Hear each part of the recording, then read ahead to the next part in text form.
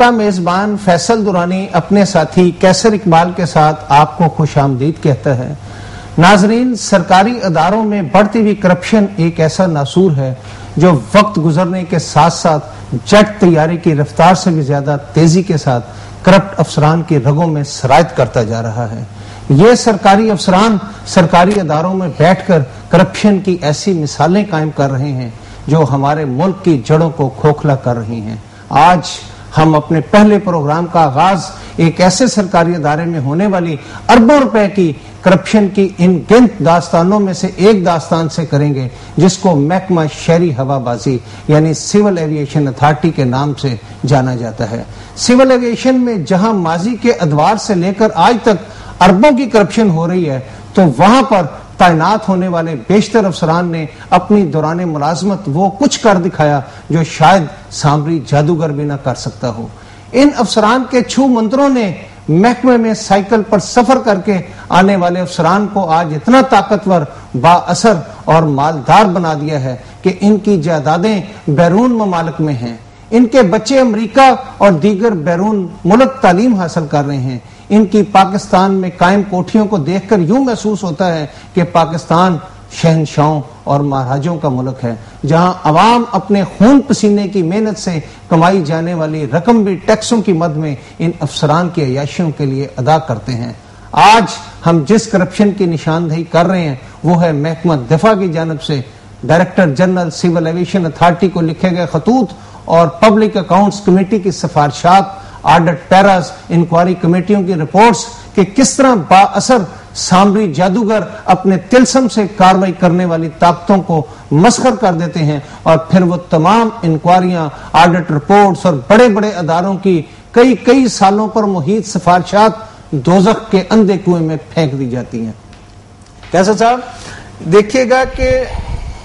इसमें जो हमें ऑडिट रिपोर्ट्स मिली हैं, जो पब्लिक अकाउंट्स कमेटी ने करप्शन के बारे में कहा है, ये इतनी करप्शन हो रही है महकमा शहरी हवाबाजी में और ये लोग करोड़पति बन चुके और इनको पूछने वाला कोई नहीं।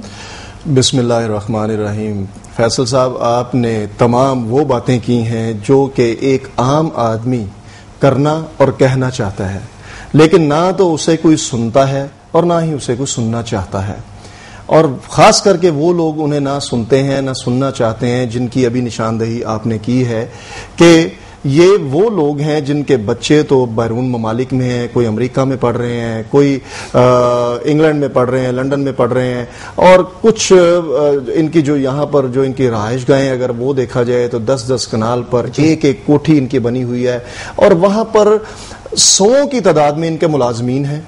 और सिक्योरिटी गार्ड इस तरह चारों अतराफ में घूमते असला लेकर फिरते नजर आते हैं जैसे पता चलता है कि शायद यही किसी प्रिंस का महल हो। ऐसा ही ये वो चीजें हैं जो आपने अभी बताई हैं। मामला ये है कि हमारे ही मुल्क में इस तरह क्यों है?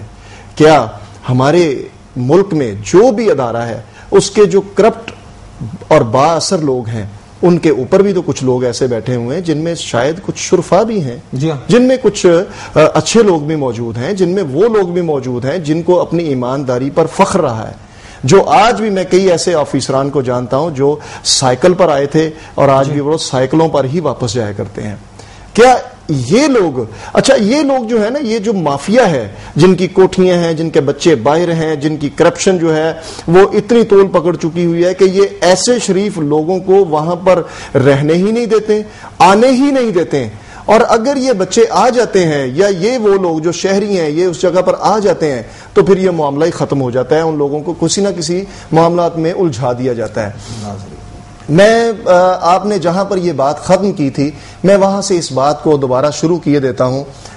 मजीद नाजरीन के लिए जो बातें हैं वो मैं बताना चाहूंगा। नाजरीन, जो दस्तावेजात हम आपको दिखाने जा रहे हैं उनमें बताया गया है कि किस तरह महकमा शहरी हवाबाज में करप्शन करके अदारे को 6,19,161 रुपए का नुकसान पहुंचाया गया। इस जादुई कहानी का मंजर कुछ यूं है कि प्रिंसले जट नामी एक कंपनी ने महकमा के अफसरान की मुबैना मिली भगत से 20 अप्रैल 2007 को उस वक्त के डायरेक्टर जनरल जुनैद अमीन के नाम डायरेक्टर एयरपोर्ट सर्विसेज की वसातत से दरख्वास्त भिजवाई कि वो जिना एयरपोर्ट टर्मिनल नंबर 1 पर मेहरान लाउंज का ठेका हासिल करना चाहते हैं। کمپنی نے محکمہ کو پیشکش کی کہ وہ نہ صرف مہران لاؤنج کی تزئین و آرائش کرائے گی بلکہ 50,000 ماہانہ کرایہ بھی ادا کرے گی۔ اس وقت درخواست کو ڈائریکٹر ایئرپورٹ سروسز نے اس وقت کے ایکٹنگ چیف کمرشل آفیسر القرا عتیق کو بھجوا دیا، جس کو 26 سپٹمبر 2007 کو منظور کر لیا گیا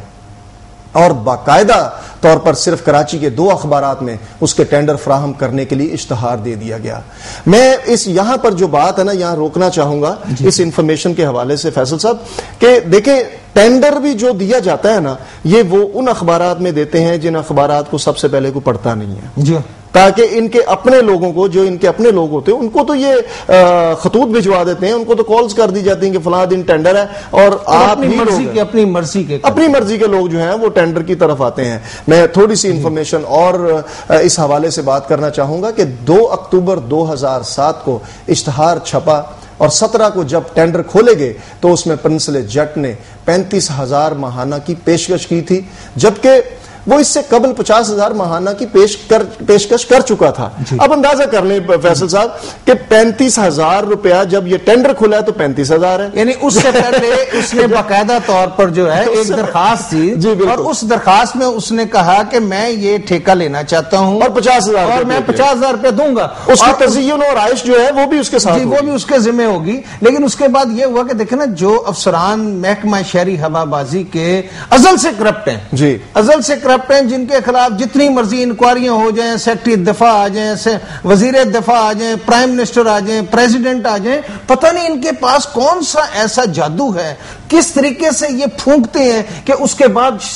شاید سارے کے سارے جو ہیں۔ آپ نے ابھی کہا تو ہے کہ سامری جادوگر بیٹھے ہوئے ہیں، جب سامری جادوگر بیٹھے ہوں تو پھر اس طرح کی جادوئی چھڑیاں تو گھومتی رہتی ہیں۔ اس کے بعد وہ جو پہلے 50,000 کی خود آفر کر رہے ہیں، جب وہ ٹینڈر دیتا ہے تو کتنی شرم کی بات ہے، وہ 35,000 روپے کا دے رہے ہیں۔ آپ آگے کچھ اچھا وہ 50,000 کی اس لیے آفر کر رہا ہے کہ کوئی اور باہر سے ٹینڈر والا نہ بیچ میں کودے اور نہ ہی اس کو پتا چلے، جس وجہ سے انہوں نے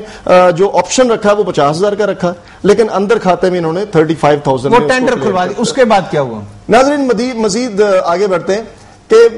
اسرار احمد فاروقی جو شعبہ ریونیو سے تعلق رکھتے تھے انہوں نے اعتراض کیا کہ یہ ایک ہی پیشکش کیوں ہے۔ محکمہ کے کاریگروں نے جو پرنسل جٹ کو نوازنا چاہتے تھے فیصلہ کیا کہ کمپنی سے مشاورت سے قبل 50,000 درود کے بعد اس کو 45,000 ماہانہ کر دیا جائے گا۔ یہ بات پہلے کچھ اور تھی، بعد میں انہوں نے کہا جی اس کو 45,000 روپے کر دیا جائے گا کچھ مدت کے بعد مشاورت کے ساتھ، اور مدت ٹھیکہ 5 سال ہو جسے مزید 5 سال تک بڑھایا جا سکے گا۔ جبکہ القرا عتیق نے اسرار احمد فاروقی کے اعتراض کو یکسر نظر انداز کر دیا۔ یہ فائل جب اس وقت کے ڈائریکٹر جنرل محکمہ نے ایکٹنگ چیف کمرشل مینیجر کو اس پر عمل درآمد کے لیے کہا، مگر انہوں نے پیرا نمبر 11 اور 12 اور M9 کو نظر انداز کرتے ہوئے جنرل مینیجر کمرشل کو ڈرافٹ لیٹر بھجوانے کی ہدایت کی، اور پھر 10 دسمبر 2007 کو پرنسل جٹ کو لیٹر